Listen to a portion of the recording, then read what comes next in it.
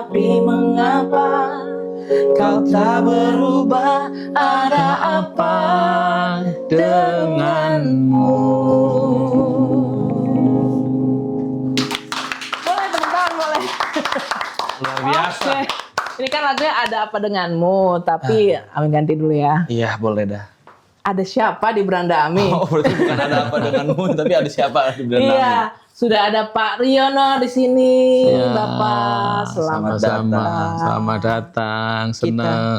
Kita terima kasih banyak banget buat Bapak karena mau berkunjung di Beranda Amin. Yes. Karena kemarin Bapak lagi sibuk ini ya Pak, untuk S3 ya?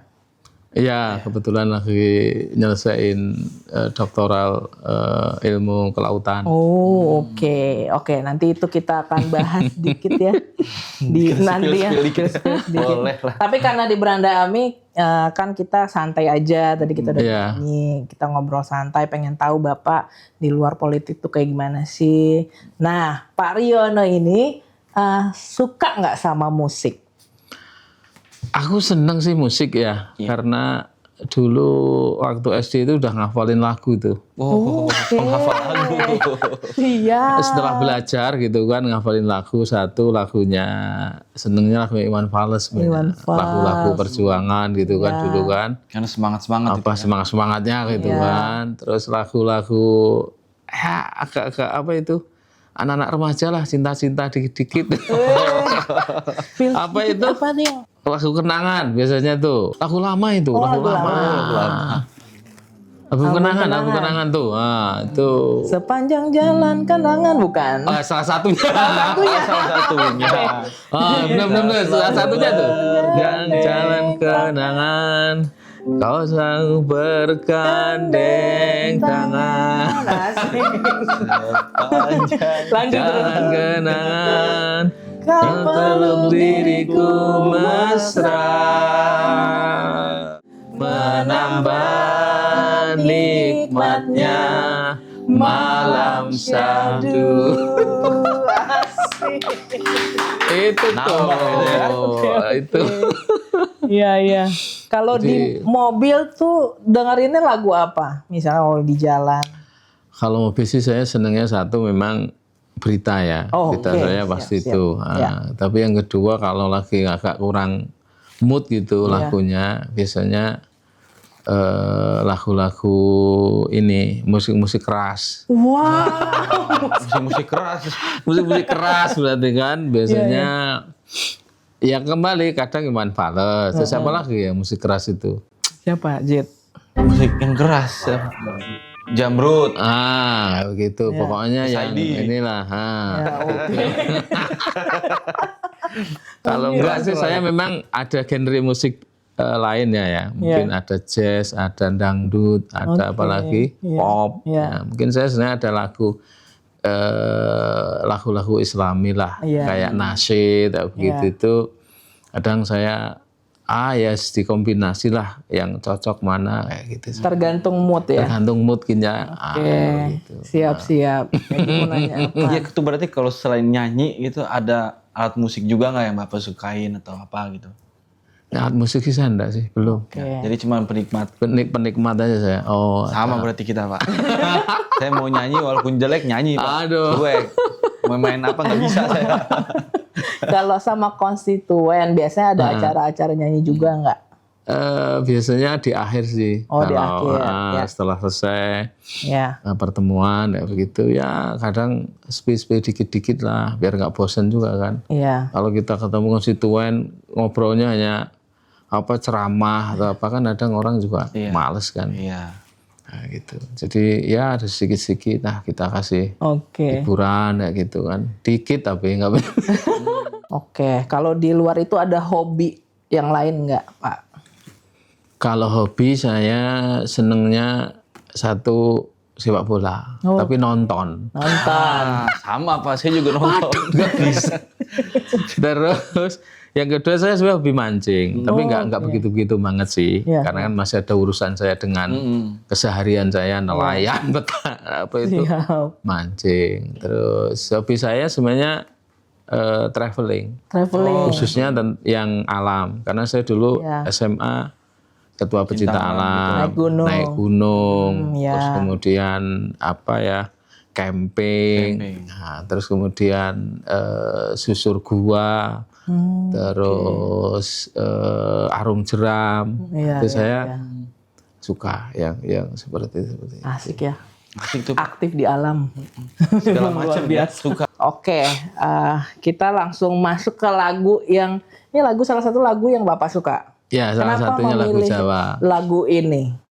Jadi inspirasinya sebenarnya karena saya sejak kuliah S1, S2, sekarang S3 kan akrab dengan pertanian, Ya, kelautan, perikanan gitu Ya. kan. Dan waktu mau kampanye saya lagi nyari yang kira-kira cocok sama dapil saya. Saya kan Magetan, Ngawi, Ponorogo, Trenggalek, Pacitan. Lautnya ada, kemudian pertaniannya ada, gunungnya ada, lengkap lah kayak gitu. Ya.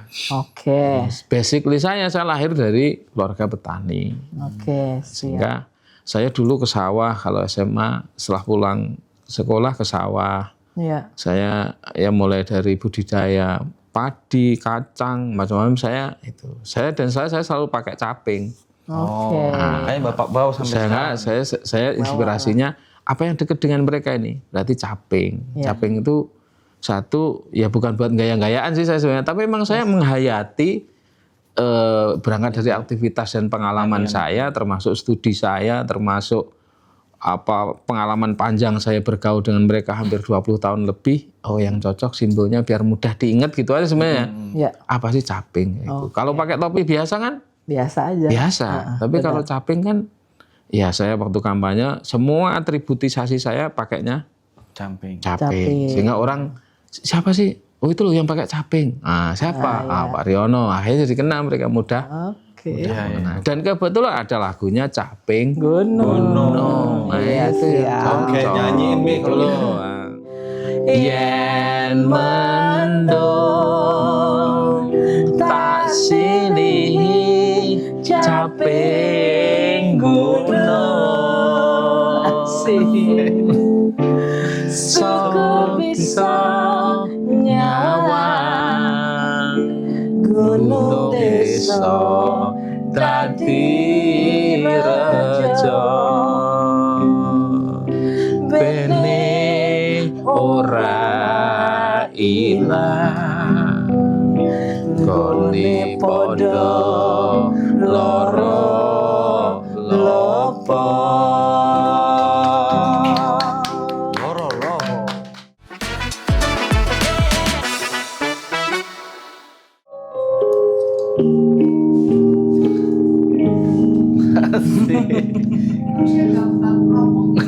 Bang Kromo. Ininya. Kalian gamelan. Lagunya Jawa Tengah. Oke, Pak Riono, kita akan nostalgia dulu. Nah, ini di zaman-zaman sekolah, zaman-zaman mungkin SD, SMP, SMA, ada waktu itu Bapak termasuk anak yang aktif atau gimana? Saya dulu sejak SD itu kalau nggak ketua kelas, saya nggak mau. Saya harus ketua kelas. Ini mah aktifnya beneran aktif ya. Saya udah dari kelas 1 sampai kelas 6 ketua kelas. Pokoknya kalau saya nggak ketua kelas, saya nangis pokoknya. Oke. Biasanya banyak di nggak sukain tuh sama yang lain. Itu ketua kelasnya tuh, ketua kelasnya gitu. Karena apa? Saya masih inget banget.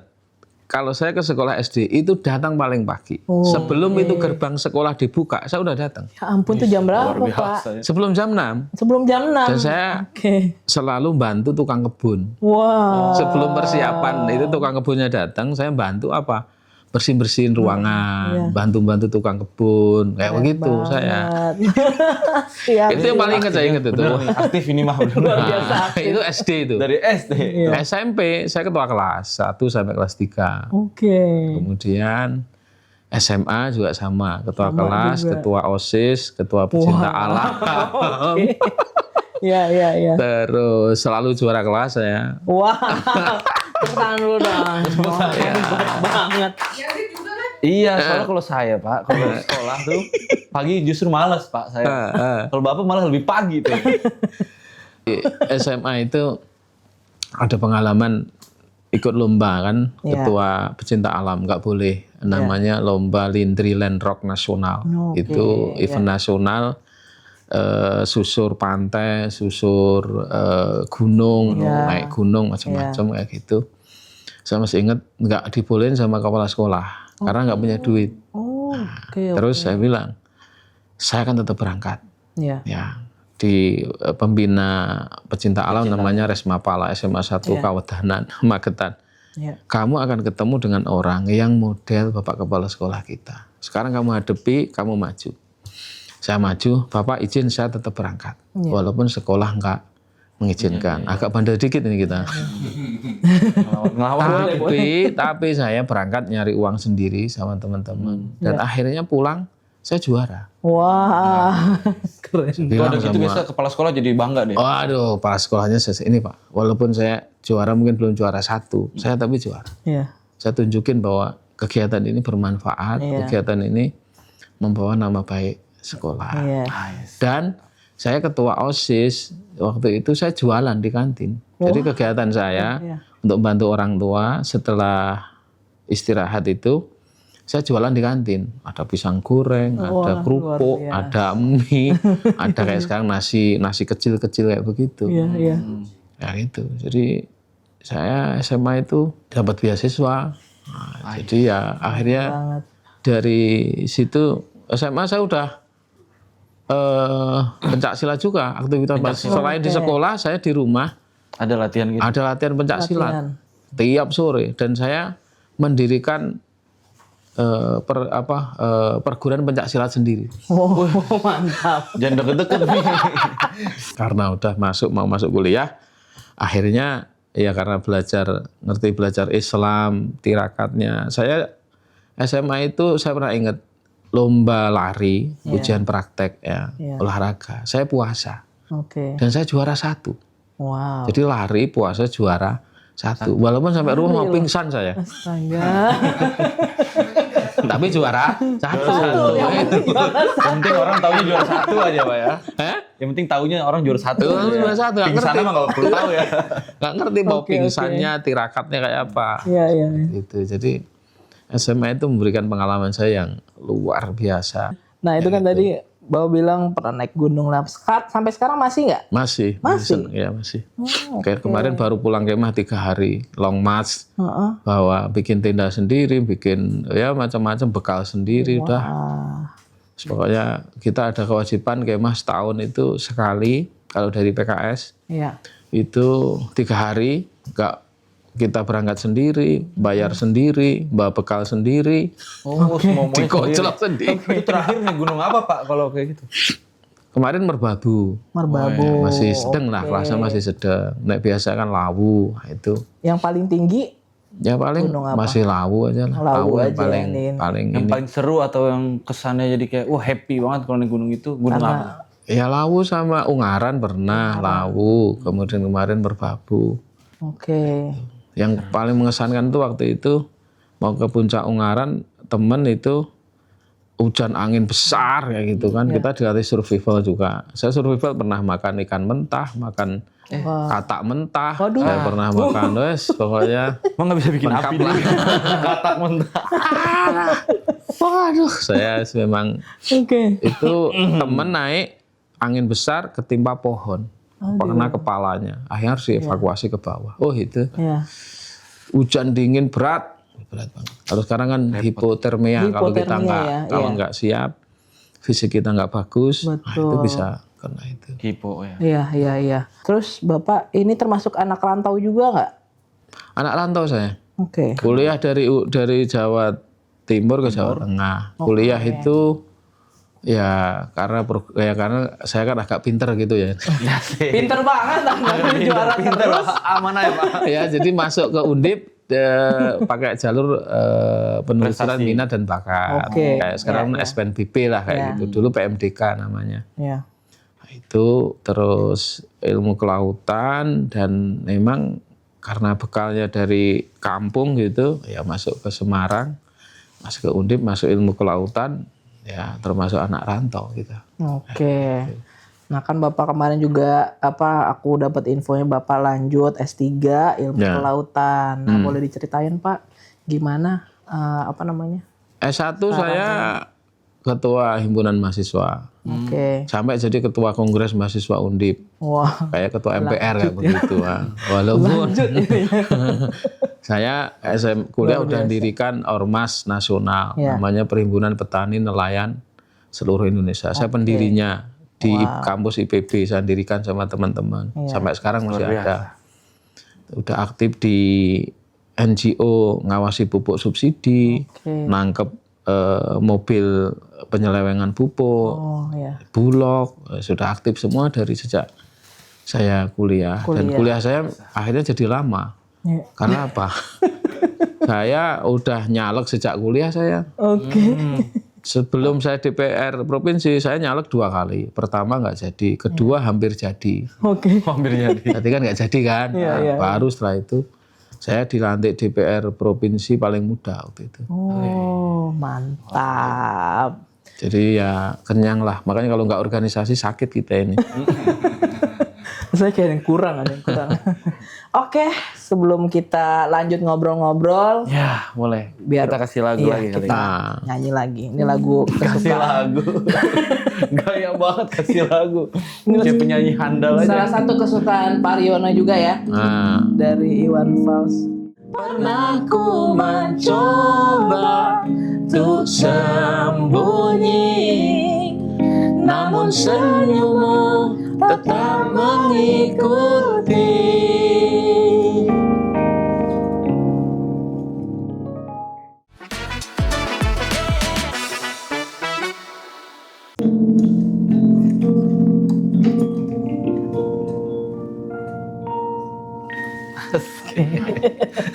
Nunggu banget nih. Nunggu banget nungguin ya. Oke, Pak Riono, tadi kita udah bahas tentang S3 Ilmu Kelautannya Bapak. Dan ini juga dekat dengan pertanian. Gimana Bapak melihat pertanian dan kelautan sekarang di Indonesia? Saya waktu mahasiswa sudah menjadi perwakilan Indonesia untuk kursus di ASEAN. Sponsornya JICA, Jepang.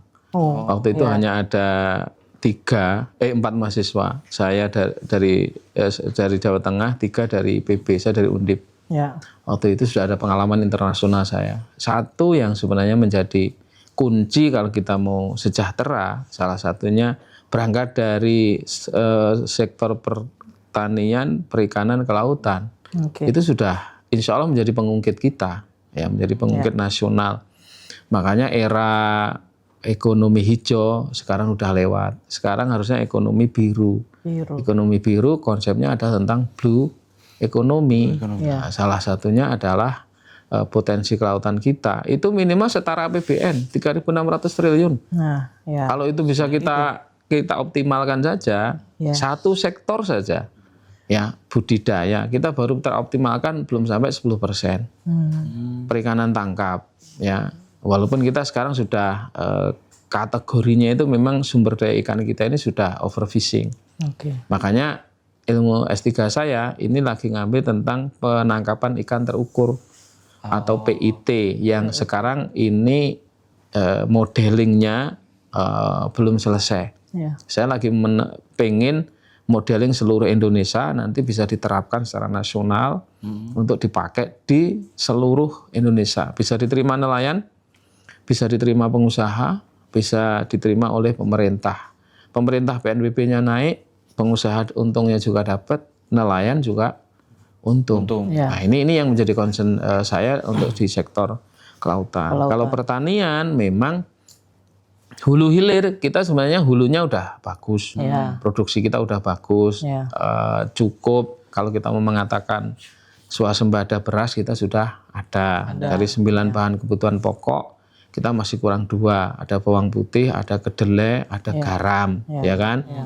Lah kalau kita di hulunya udah selesai, sebenarnya kita pengen di hilirnya ini kita menjadi pemain pertanian kelas dunia. Nah, kalau petani bagi saya, petani sejahtera, nelayan sejahtera itu anak-anaknya mereka mengenyam pendidikan tinggi. Itu ada kuncinya di situ dulu. Kalau itu bisa kita capai, insya Allah kita bisa sejahtera. Ini potensi-potensi yang sebenarnya bisa kita optimalkan untuk kita bisa sejahtera.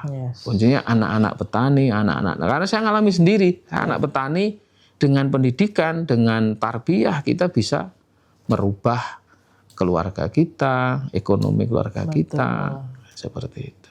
Nah, ya. Pak, gimana Bapak melihat program revitalisasi untuk tambak di jalur Pantura? Apakah itu bisa mendongkrak perikanan kita? Satu, sektor budidaya udah tepat. Pilihannya sebenarnya sudah tepat. Udah tepat. Ya kan? Yang kedua, kalau basically-nya adalah satu komoditas, ini resiko tinggi. Kita udah bahas tuh di rapat kerja sama menteri.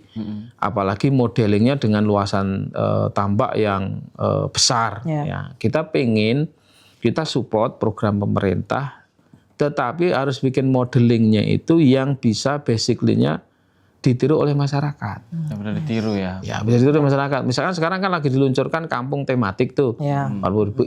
Ini salah satu contohnya. Kampung tematik bisa dikerjakan oleh masyarakat, level desa, level kelompok. Tapi kalau nanti misalkan skalanya adalah puluhan hektar, gimana kita mau modeling? Oh iya betul. Kan susah. Betul. Ya kan, siapa yang mau niru? Ya. Ya kan, kayak misalkan bukan hanya nila, salin. Sekarang misalkan jangan bicara nila, lele itu loh. Lele. Kebutuhan lele kita itu di Pantura itu untuk kebutuhan warung tenda itu baru terpenuhi separuh. Oke. Sehingga kalau kita punya lele berapapun itu pasti akan Dibeli. laku, pasti akan terjual. Ini problem dasar ya, problem dasar kita itu sebenarnya ada di Komisi 4 ini. Pangan terpenuhi, kemudian otomatis nanti gizi juga akan terpenuhi masyarakat kita. Satu yang sekarang mungkin kita harus dorong itu adalah masyarakat kita biar gemar mengkonsumsi pangan-pangan yang ada di sekitar kita, pangan lokal. Oke. Nah, Pak, ada cara nggak untuk mensejahterakan petani dan nelayan? Cara yang paling tepatnya itu seperti apa? Satu, ukurannya ada yang disebut dengan, cita-cita saya dulu waktu sejak mahasiswa, itu slogan saya begini, menjadikan petani nelayan sebagai ruh kebangkitan ekonomi nasional. Oke. Ya.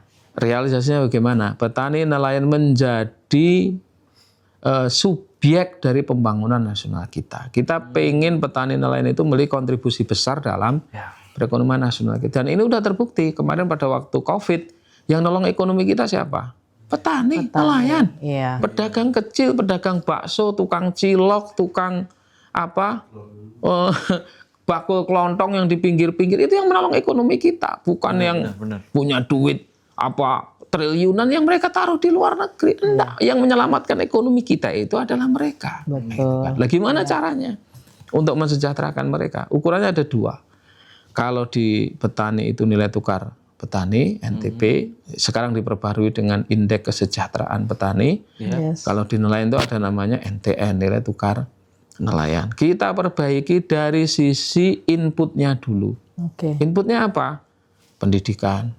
Kasih beasiswa untuk anak petani, anak nelayan. Anak petani, anak nelayan kita, atau petani nelayan kita itu 90% lulusan SD dan SMP. Iya. Gimana kita mau maju? Iya. Di hulunya kita perbaiki. Di hilirnya sekarang, hilirisasi untuk mendorong nilai tukar petani, nilai tukar nelayan ini naik, maka kita harus menjaga di hilirnya ini, satu teknologi, kedua harga produksi. Harga produksi ini harus dijamin oleh negara, harus dijamin oleh pemerintah. Kalau nggak dijamin, seperti sekarang misalkan harga dengan adanya HPP, harga pembelian pemerintah gabah saja, saya udah keliling, sampai saya kemarin ketemu langsung di sawah, saya cek itu harga itu bener nggak? Ternyata bener. Kalau negara hadir, intervensinya itu tepat, maka petani senang gitu loh. Tapi jangan memberatkan rakyat. Problemnya stok kita banyak, tapi kenapa harga masih tinggi, masih mahal misalkan. Walaupun mahal itu relatif ya.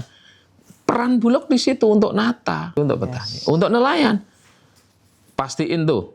Kalau kita mau belajar ke Jepang, mau belajar ke Australia, ketika mau belajar negara-negara luar, nelayan sejahtera itu dari sisi kelembagaannya dulu. Jepang itu koperasi nelayan sangat kuat.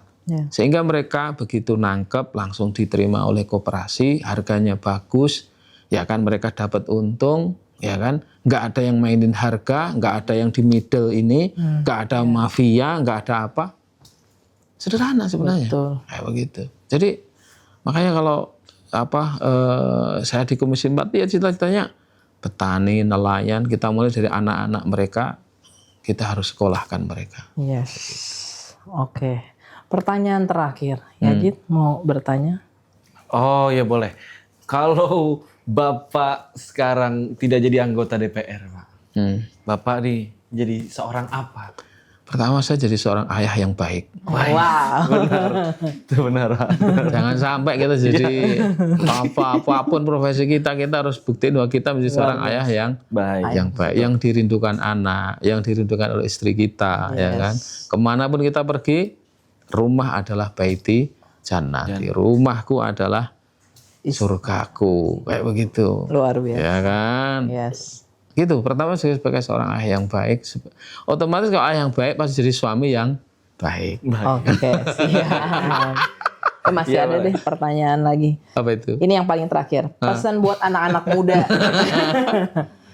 Saya backgroundnya pengusaha. Sebelum DPR, saya memang senang usaha. Sebelum DPR provinsi, DPR RI, saya udah bergelut di dunia usaha seperti itu. Dan anak-anak muda sekarang memang saya ngalami, anak saya udah kuliah, nomor 1 kuliah, nomor 2 kuliah, nomor 3 ini udah 3 SMA, nomor 4 masih SD, nomor 5 masih SD. Oke, siap. Itu untuk anak-anak muda, pesan saya ke anak saya ada 5 pesan saya. Yang saya selalu ulang-ulang sejak mereka kecil, sejak SD sampai sekarang kuliah, pesan saya 5. 1, kamu harus jadi seorang yang bekerja keras. Yes. Yang namanya kebahagiaan itu tidak lahir dari santai-santai. Betul. Gak ada cerita, santai-santai itu kita akan bahagia, kerja keras. Yang kedua, disiplin. Yes. Kalian harus jadi anak-anak yang disiplin, tepat waktu, kerjaan tugas dengan baik. Kalau ada tugas dikerjakan sesuai dengan waktunya, disiplin. Yes. 3, tertib. Jangan suka ngelanggar, jangan suka nyari yang nggak jelas. Harus tertib, ya kan? Banget buat dia. Yang keempat, jujur. Apapun kalian harus jujur. Kasus pagar laut kan teman-teman tahu kan? Ya, tahu. Kalau mau diceritain di belakang itu, waduh repot saya. Mau kemana, mau minta apa, sudah pokoknya macam-macam.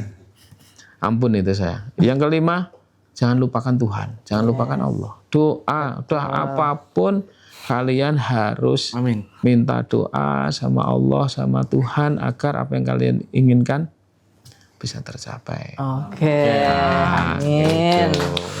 Makasih banyak Pak Riono. Sama-sama. Sudah memberikan Sama-sama. waktunya main-main di sini.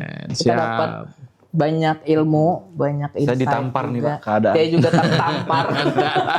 Iya. Belajar, kita saling belajar kan. Siap. Semoga apa yang diharapkan Bapak ke depannya dapat berjalan dengan lancar. Amin, amin, amin. Yes. Oke, lagu terakhir. Dan